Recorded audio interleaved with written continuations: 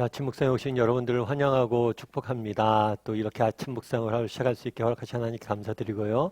또 이번 아침 묵상으로 이렇게 시작할 때 하나님께서 필요한 은혜를 또 위로를 우리에게 줄 줄 믿습니다. 특별히 이번 한 주간에 오늘은 시작인데요. 이번 한 주간 정말 하나님께서 여러분의 삶을 지키셔서 하나님께 귀한 열매로 여러분의 삶을 채워주시기를 소원합니다. 오늘은 라합의 믿음이란 제목을 가지고 히브리서 11장 31절 말씀 같이 한번 살펴봤으면 좋겠습니다. 우리 31절 말씀 같이 한번 읽어봤으면 좋겠습니다. 같이 읽겠습니다. 믿음으로 기생 라합은 정탐꾼을 평안히 영접하였으므로 순종하지 아니한 자와 함께 멸망하지 아니하였도다. 예, 우리가 계속해서 히브리서 11장 말씀을 살펴보고 있죠.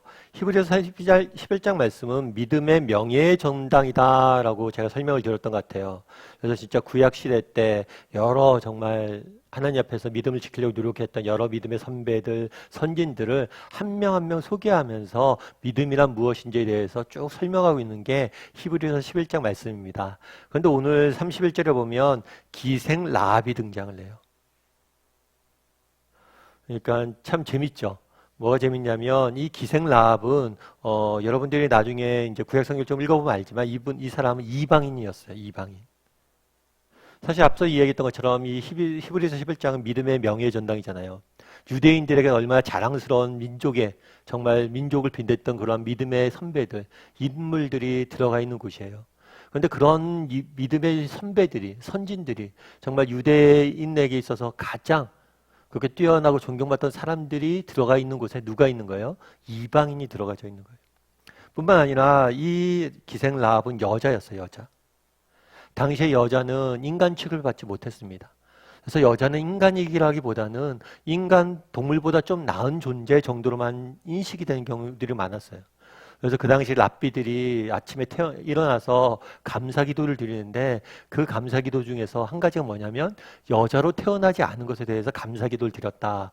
이런 기록이 있을 정도로 여인에 대해서, 여성에 대해서 인권 자체가 무시되는 순간이었습니다. 시기였어요.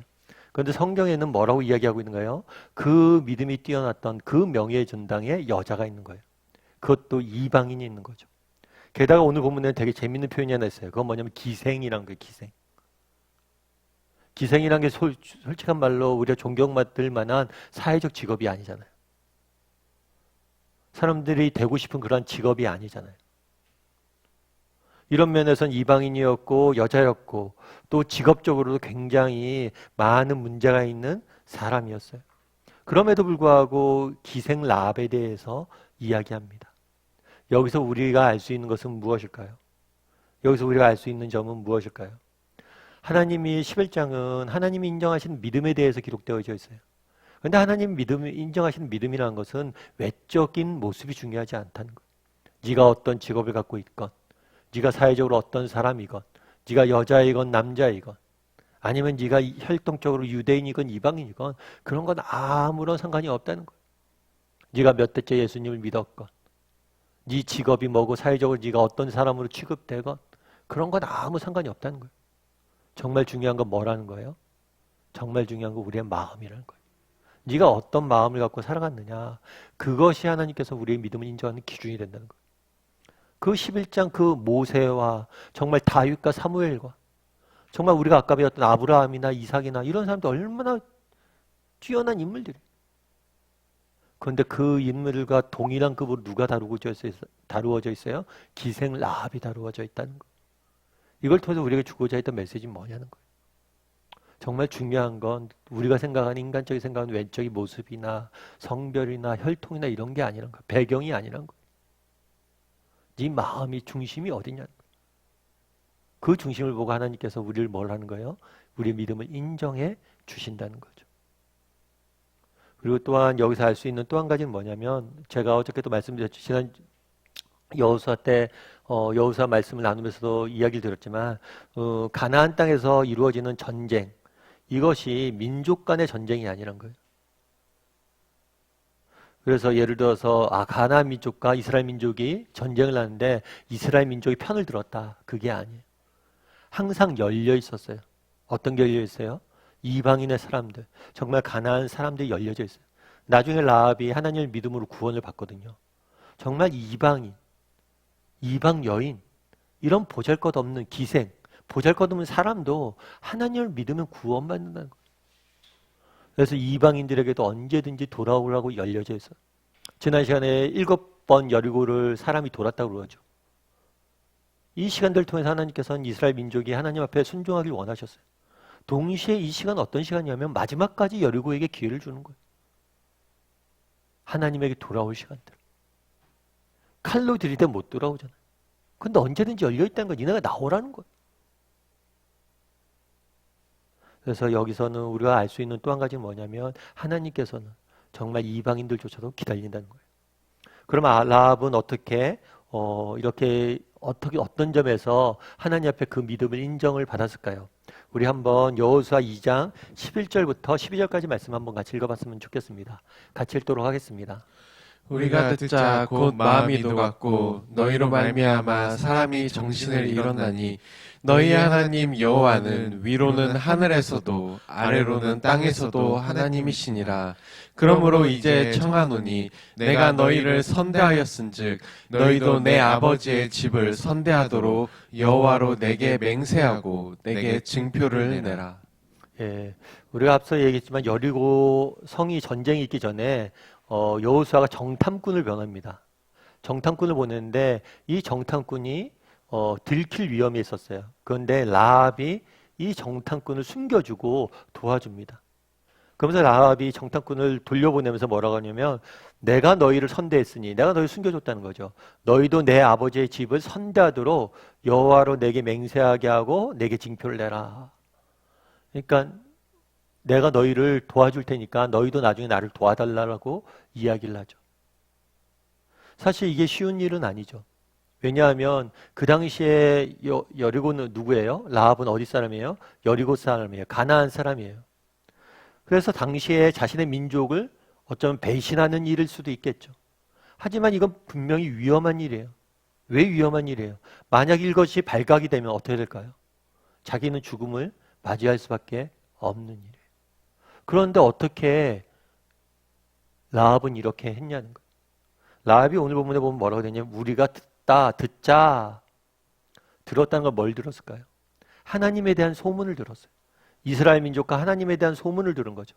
하나님께서 애굽에게 이러한 재앙들을 내리셨고 하나님께서 홍해를 갈라서 이스라엘 백성들을 구원했다라는 이야기를 들은 거예요. 이 소문을 듣고 뭘 한 거예요? 하나님에 대한 경외감이 생긴 거죠. 물론 많은 사람들은 이 소문을 들은 건 라합뿐만이 아닙니다. 이방에 많은 여리고에 있는 사람들 들었을 거예요. 그런데 그 사람들은 뭘 선택했어요? 여리고 성을 의지하게 선택했죠. 견고한 성, 무너지지 않는 성. 이 성이 있다면 우리를 지켜줄 거라고 생각을 했어요. 그런데 라합은 그렇게 생각하지 않았어요. 진정한 하나님이 누구시다? 이스라엘에 있는 하나님이심을 인정하고 그분에게 오히려 돌아가고 그분에게 정말 자신의 것들을 여리고성을 의지하지 않고 하나님을 듣고 의지하는 모습들을 우리는 보게 됩니다. 라합의 믿음이 이렇게 칭찬받는 거예요. 그럼 여러분들은 어떠세요? 우리는 라합과 같은 믿음이 있으세요? 라합과 같은 믿음이 있으세요? 여러분 우리에겐 라합과 같은 믿음이 있을까요? 오늘 본문에 보면 이렇게 됐죠. 우리가 듣고 우리도 듣잖아요. 우리 히브리서 말씀을 계속해서 배웠죠. 아브라함에서부터 시작해서 오늘 라합까지 이 말씀을 배웠어요. 이 말씀 속에서 우리는 들은 거죠. 하나님이 이렇게 역사하시고 성경에서 일하셨다. 이걸 여러분들 들었는데 실제로 내 삶 가운데 그 하나님께 동일하게 일하실 거라고 믿으세요? 라합은 들었어요. 들었는데 많은 여리고 사람들은 뭐예요? 야, 그거 지어낸 얘기야. 그거 애굽에서도 있었던 이야기지. 오늘 우리에게 일어난다고? 이 성이 무너진다고? 천만의 말씀이야. 그거는 걔들이 지어낸 이야기야. 나와 무관한 이야기야. 이렇게 이야기하지 않았을까요? 여러분들 우리가 성경 말씀들을 배워요. 그걸 들었잖아요. 그런데 이 말씀대로 내 삶 가운데 동일하게 하나님께 역사하실 거라고 믿으세요? 라합은 믿었어요. 들었잖아요. 애굽에서 있었던 일을 들었잖아요. 그런데 그게 내 삶 가운데 동일하게 일어날 거라고 믿은 거예요. 그리고 하나님만을 의지한 거예요. 우리에겐 이런 라합의 믿음이 있을까요? 저는 개척하기 전에 국제제자훈련원이라는 곳에 사역을 했습니다. 그래서 국제제자훈련원은 어떤 곳이냐면 이제 목사님을 데려다 놓고 이제 목사님들을 모시고 이렇게 제자훈련이나 목회에 대해서 가르치는 그런 기관이에요. 그래서 옥 목사님 모시고 이렇게 가르쳤는데 이 국제제자훈련원이라는 이름에 맞게 또 국내에서만 사역하지 않고 해외에 있는 뭐 이민교회 목사님들 또 저 교포 목사님들 뿐만 아니라 이제 외국 목사님들도 저희가 많이 섬기고 그랬어요. 근데 외국에서 이제 태어나서 자랑하는 목사님과 대화를 하는데 그 목사님께서 그러더라고요. 외국 사람들이 보기에 한국 교회는 조금 특별하대요.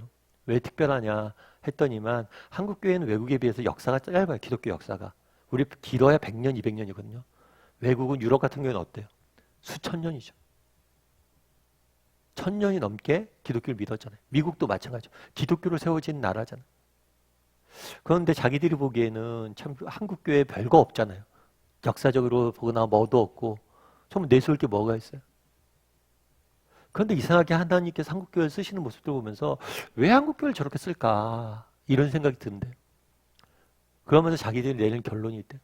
그건 뭐냐면 물론 저들은 우리보다 기독교 역사도 짧고 어쩌면 그런 면에서 하나님에 대한 시각도 얕고 그런데 한국계에 있는 목사님들과 성도들은 그런 게 있대요. 하나님에게 올인하는 게 있대요. 정말 인생의 위기와 고비가 오거나 교회에 정말 힘들고 어려운 순간이 오면 하나님 앞에 올인한다는 거죠. 그래서 우리 옛날 선배들 막 금식기도 하고 그랬잖아요. 하나님 당신밖에 없습니다. 하나님 당신만을 의지합니다. 아마 그 마음을 하나님께 기뻐하시는 게 아닌가. 하나님 앞에 올인하는 마음. 참 저도 그런 생각들을 많이 들었어요. 그래서 우리나라 사람들이 좋아하는 찬양 중에 그런 게 있어요. 여호와께 돌아가자. 정말 우리나라 사람들 그런 마음들이 있다는 거죠. 그날의 라합도 마찬가지죠. 라합 봐요. 뭐가 내세울 게 있어요. 그런데 라합은 뭘 한 거예요? 하나님께 올인한 거예요. 하나님 당신밖에 없습니다. 제가 의지할 분 당신밖에 없습니다. 이 여리고 성이 나를 지켜주지 못합니다. 우리에겐 라합과 같은 믿음이 있는지 돌아봤으면 좋겠어요. 정말 우리는 들은 사람들이 라합처럼 그러면 그 성경에 나와 있는 그 하나님께서 내 삶 가운데 역사할 걸 믿고 하나님을 의지하고 살아간 사람인지 한번 돌아봤으면 좋겠고 이번 한 주간 또 그렇게 하나님을 의지하고 살았으면 좋겠습니다. 정말 한 주간의 시작인데요. 하나님 당신밖에 없습니다. 저에게 라합과 같은 믿음을 주셔서 하나님을 의지하고 하나님을 바라고 하나님에게 올인하고 정말 우리가 들은 대로 하나님이 내 삶 가운데 역사할 걸 믿고 살아가는 사람이 되게 해달라고 기도하고 시작했으면 좋겠어요. 그랬을 때 하나님께서 우리의 인생을 지키시고 우리 한 주간의 삶들을 돌보실 줄 믿습니다. 우리 이 시간 함께 찬양했으면 좋겠는데요. 찬양하실 때 우리 주 내 힘을 함께 찬양했으면 좋겠습니다. 정말 우리가 이 땅을 살다 보면 세상의 모든 소망과 또 모든 것들이 다 무너져 내리는 것처럼 느껴질 때가 있습니다. 그럴 때라도 하나님께 바라보고 하나님께 올인하고 하나님을 소망하며 살아가기 결단하며 이 시간 우리 함께 주의 힘을 함께 찬양했으면 좋겠습니다.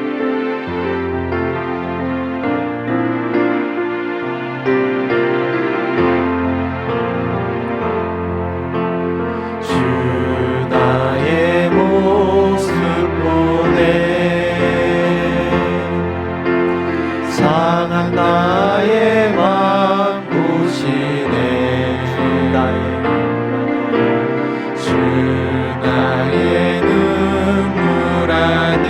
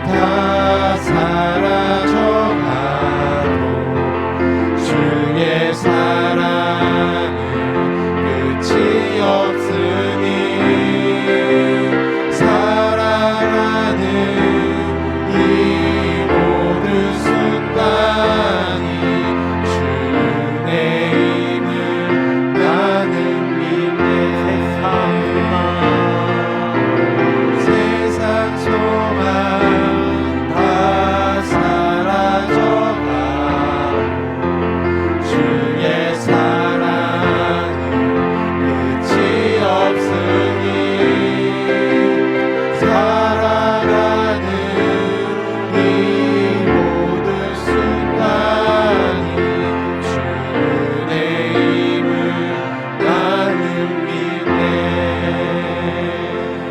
이 시간 우리 함께 기도했으면 좋겠습니다. 기도하실 때 오늘 라합의 믿음을 오늘 살펴본 말씀을 가지고 기도했으면 좋겠습니다. 오늘 라합을 그 믿음을 칭찬하는 모습들을 보게 됩니다. 정말 하나님께서 보시는 건 우리의 마음의 중심입니다. 내가 어떤 배경을 가지고 있건, 내가 사회적으로 어떤 사람이건, 내가 무엇을 하는 사람이건, 내가 여자건 남자건, 내가 어떤 혈통이 있건, 내가 어떤 집안에 태어났건, 이런 건 중요한 문제가 아닙니다. 정말 내가 누구냐, 네 마음이 어떠냐를 정말 중요시 여깁니다. 정말 우리에게 정말 하나님이 보시는 것 우리의 중심임을 외모가 아니라 우리의 중심임을 기억하게 도와주시고, 우리의 중심이 온전히 하나님을 향하는 사람이 되게 해달라고 기도했으면 좋겠습니다. 또한 기도하실 때 라합과 같은 믿음을 달라고 기도했으면 좋겠습니다. 라합은 하나님에 대한 소문을 들었습니다. 그리고 그분에게 자신의 인생을 맡기기로 결단을 했습니다. 정말 우리도 성경을 통해서 얼마나 많은 하나님에 대한 이야기를 듣습니까? 그 하나님이 오늘 우리의 삶 가운데서 역사하실 것입니다. 그걸 믿어야 돼요. 그걸 믿고 하나님께 올인할 수 있는, 하나님께 우리의 인생을 맡기고 그분을 의지하고 살아가는 사람이 되게 달라고, 정말 우리에게도 라합과 같은 믿음을 달라고 이 시간 함께 기도했으면 좋겠습니다. 또한 기도할 때 오늘은 이번 한 주간의 시작입니다. 하나님, 오늘 한 주간, 이번 한 주간 정말 우리의 삶들을 지키시고 인도하시고 보호하시고 이끌어 달라고, 각자 삶에 가지고 있는 기도 제목을 가지고 이 시간 목소리로 같이 기도하도록 하겠습니다. 같이 기도하시겠습니다.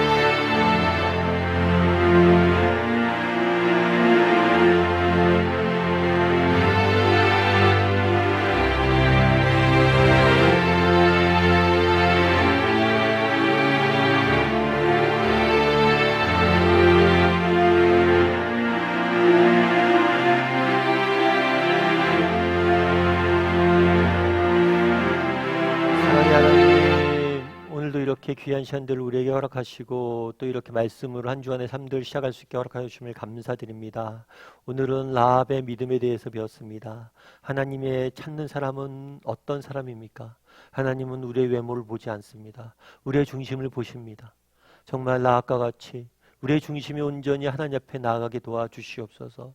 우리가 어떤 모습, 어떤 외형, 무슨 조건, 어떤 형편에 있든지 우리의 중심을 보시고 찾아와시고 일하신 하나님, 우리의 중심을 보시고 우리의 삶 가운데 일하여 주시옵소서.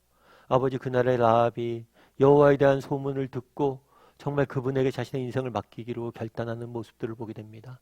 우리도 성경에서 많은 하나님의 역사하심에 대한 이야기를 듣습니다.